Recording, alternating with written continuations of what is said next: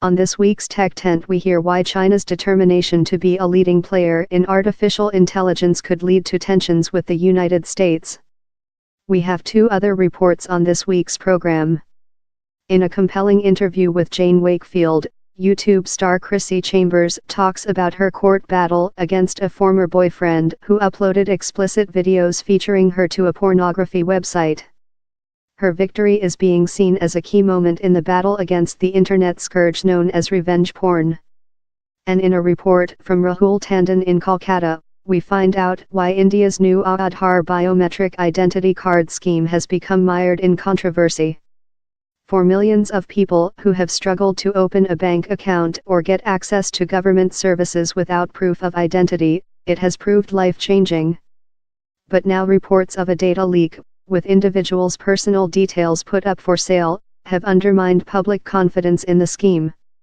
Just as in China, there's that trade-off between convenience and privacy. But, in the case of the Aadhaar card, Indian campaigners say citizens are getting a poor bargain. It's hard to think of anyone better qualified to comment on China's AI ambitions than Kai-Fu Lee. Born in Taiwan, he was educated in the US and worked as a scientist for both Apple and Microsoft before running Google's China operation.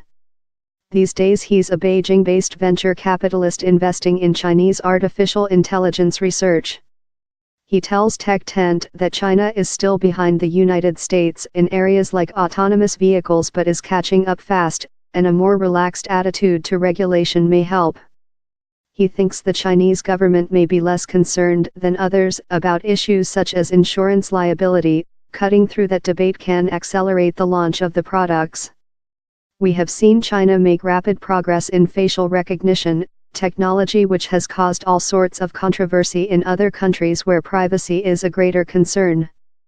Dr. Lee says privacy is always a trade-off with users willing to sacrifice it if they get enough in return. Chinese consumers are more willing to trade privacy for safety or convenience.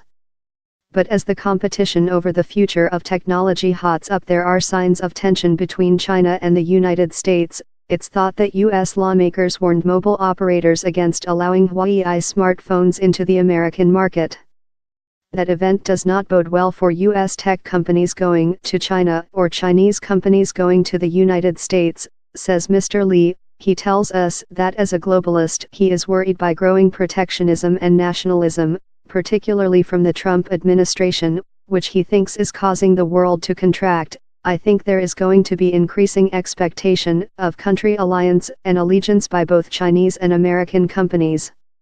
So far, the trade war between the US and China that many feared when Donald Trump was elected has failed to materialize, but maybe the battle over AI could provide the spark.